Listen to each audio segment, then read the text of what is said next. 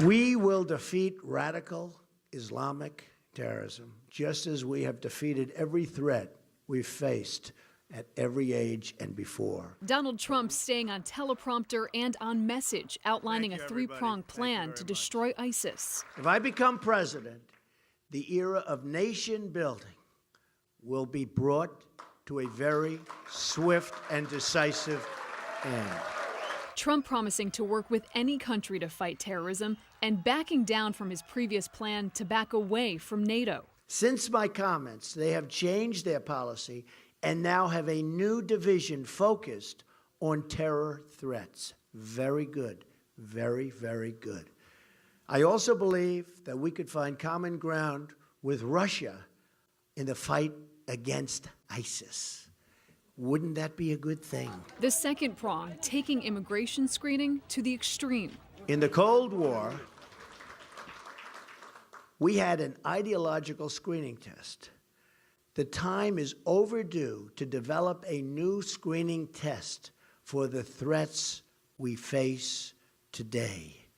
I call it extreme vetting. Any who have hostile attitudes toward our country or its principles, or who believe that Sharia law should supplant American law.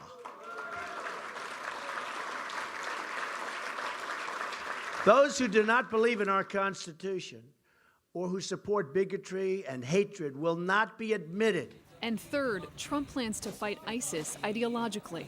Anyone who cannot condemn the hatred, oppression, and violence of radical Islam lacks the moral clarity to serve as our president.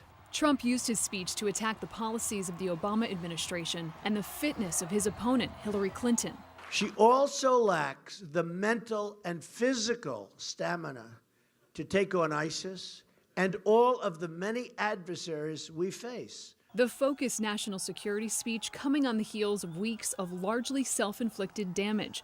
Trump's controversial comments including President Obama and Hillary Clinton being the founders of ISIS, that Second Amendment supporters could do something if Clinton wins, and that he could only lose the election if someone cheated, all leading the conservative Wall Street Journal editorial board to call for Trump to shape up or ship out, writing, if they can't get Mr. Trump to change his act by Labor Day, the GOP will have no choice but to write off the nominee as hopeless.